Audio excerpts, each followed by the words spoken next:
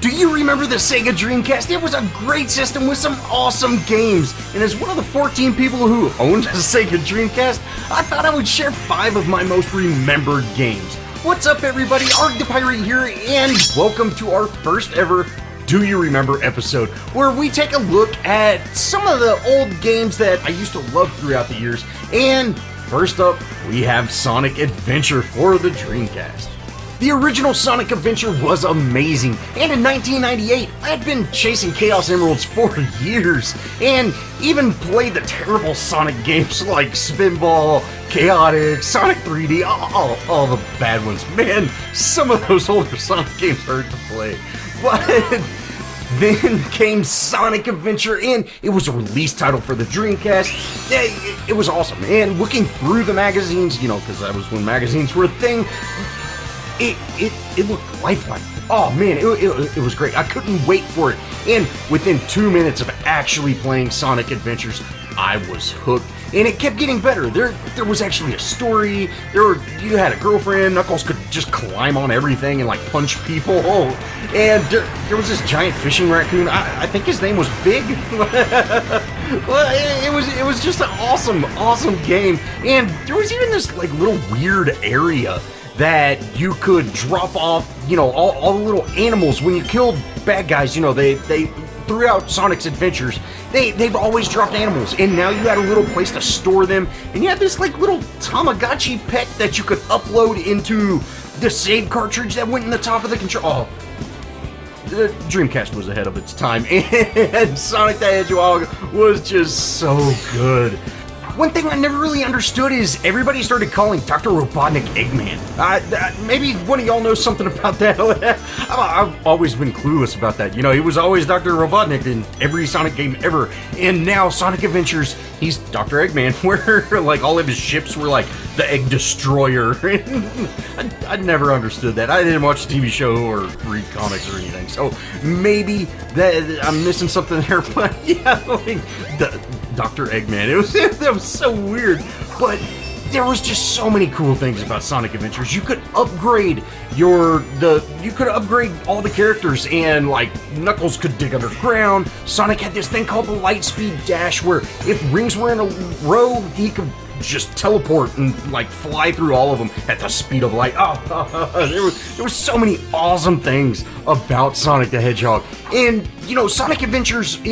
It was not like a typical game where you go from level to level or zone to zone. There was a town that you'd run around in, and you could just, like, go through different buildings, and it was an adventure. It was an adventure game, and when it came down to the levels, they were like a typical Sonic the Hedgehog level.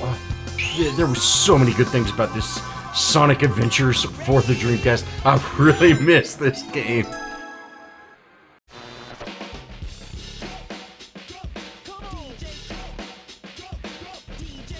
Hey out there, this is Tokyo's very own #1 pirate power station, Jet Set Radio! Jet Grind Radio is definitely the silliest game I have ever played. I didn't even know about it. I was over at my buddy's house one day. Well, us 14 people that had Dreamcast, we kind of stuck together. And he was like, hey man, check out this game. It's absolutely awesome. And, I've never really been into just silly games. And this one was awesome, guys. I don't know how to explain how awesome this game was, but you were a group of misunderstood youths that went around the town tagging over the enemy gangs tags that also were into dancing and rollerblading. And all entire time, cops were trying to kill you, and you had this crazy officer, Misha, I can't even remember his name anymore, but he constantly chased you. And in 1999, the best way to deal with delinquent minors was, of course, to call in attack helicopters, tear gas, and shoot them. Yeah, you would have the SWAT team after you, and you could even tag the SWAT team in like the attack helicopters and blow the attack helicopters up. It was crazy, man. And picking up spray cans, these collectibles scattered throughout the map, the whole time while you're tagging areas, it was so fun. And I don't think there's ever been a game quite like this to show up since, but it's so fun, guys. After going back, it's been almost 20 years, after going back to it, I have no idea how I managed to play this game. The camera, everything like that, Dreamcast was first getting into all, the moving the camera around and everything. And so, there were some situations that were tricky, but it's so silly, guys. Like this, though, just the entire concept of jet cracked radio is just so silly. But man, it was fun. Blue Stinger was the first horror survival game that I just remember playing and absolutely loving.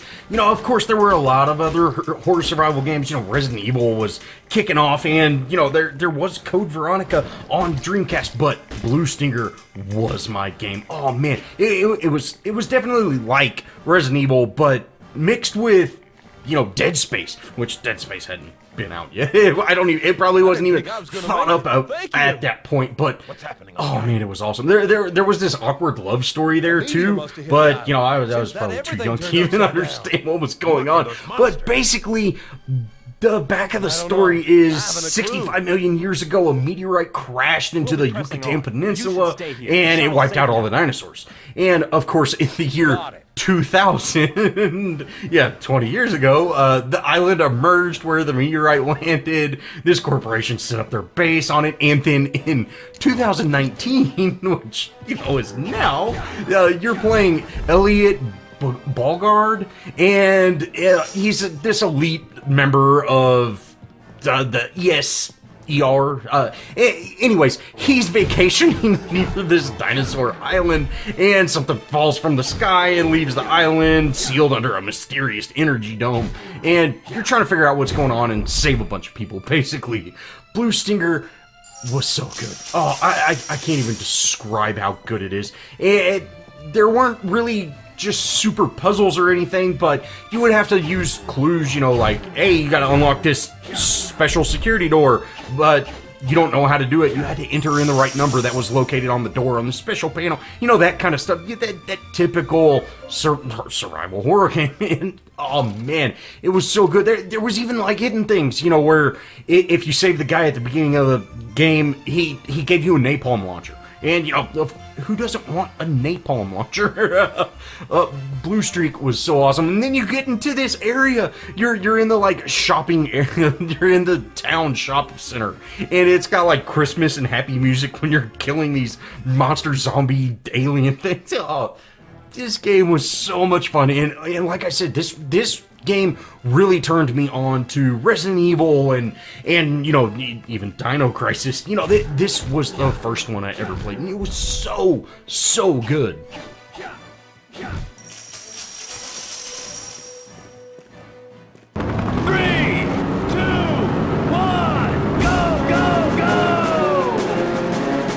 Next up, we have Hydro Thunder. Now, Hydro Thunder holds a special place in my heart. I love this game. So much so I almost bought an arcade version for my man cave. Yeah, I love this game, guys. For everyone who doesn't know, Hydro Thunder was just a boat racing game with a handful of shortcuts and some boosters to pick up. There were 13 maps, 13 boats, and you had to unlock each difficulty of map and boat by getting, top 3 in beginners and top 2 in medium, and then you had to get first place in the hard. And then there were bonus tracks, and you had to complete these special little things to actually unlock the bonus tracks. It was pretty easy, but, since it was, my favorite racing game, I'm making it way complex. But if you played a ton of Hydro Thunder like I did, you would learn that each boat performs a little bit different. There were some boats that picked up their boosters really quickly, where you unlock... You'd have to morph and get those second engines out. Or there were some boats that they would boost faster, and then other boats were just faster boats, but they didn't boost quite as fast. You'd have to learn all that stuff to actually get first place, because first place was... It was never about the time. It's more about how good you're doing. If you hit every boost, if you hit the shortcut, made your jumps correctly, all that good stuff, you would get first place. But one little mess up and boom, you're back in fifth. And so, back in the day when it had the, assist or whatever, where every boat would keep up with you, no matter if they were using boost or not yet, all that good stuff. But you could also keep just a little bit of boost in your gauge, and that way you didn't have to redeploy your boosters again. It just gave you that little bit of advantage that you might need. Hydro Thunder was best in co-op, though. Racing games are always amazing in co-op. And when you were boosting, you could crash through the enemies or your best friend or whatever. Just run right into him, and he'd go flying across the room because you were like it was like picking up the star in Mario when you were boosting. And it was just so much fun. One of these days, I'm definitely going to get an arcade version of Hydro Thunder and put it in my main game. Now that, of course, leads me to my most remembered game on the Sega Dreamcast, and it's none other than the original Power Stone. It was one of the best fighting games I've ever played. It was so much fun. It's like no other fighting game that I've ever played since. You were in this 3D cube, and you could run around everywhere. Items constantly spawned in. You could pick them up and bash the enemy, and steal their Power Stone. Yeah. No one liked playing this game with me because I was so good at it. But, of course, this was 20 years ago. But, oh man, it was so much fun. And each player started with a red or a blue stone. Then the yellow one would spawn in a little later into the match. And if you picked up all three stones, you basically turned into a superhero and you could destroy the enemy. And if the enemy got super mode, you would just try to run around and avoid them, let them waste all their energy or whatever, and then, hey, it'd kind of start back over. But if you got all the Power Stones and you could stay caught up to the enemy, you would absolutely destroy them. It was just so much fun. It really turned in... I guess it's kind of hard to say it's a fighting game because there's very little fighting. It's mostly running around and picking up these Power Stones. But oh man, it was so much fun. And every time you beat the game, you unlock more items that would spawn in. The final boss, Vegas, he was so hard. And basically, the whole point of him is you had to get all three Power Stones 3 or 4 times to actually beat him. And if he got them once, like one ability would instantly kill you. He was so hard to beat.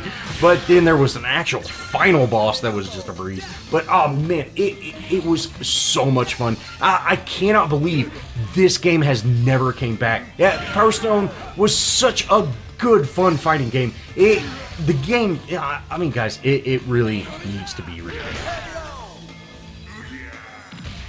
Well, that's going to wrap it up for the first episode of Do You Remember? Guys, I really hope y'all enjoyed. Let me know what games I missed, because there's a ton of them. I had to kind of go to 5, but, there's a ton of them.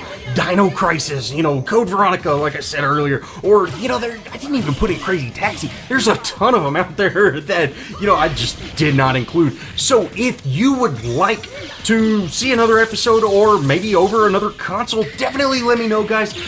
Show me some love. Give me a thumbs up. Leave me a comment. Let me know what games that I missed out that you were, hey, this was your game. Of course, Hydro Thunder and Power Stone were two of, oh man, both of them still are just so much fun. And it was an absolute blast playing these again. So, guys, again, let me know. Thanks for watching. And as always, I'll see y'all in the next episode.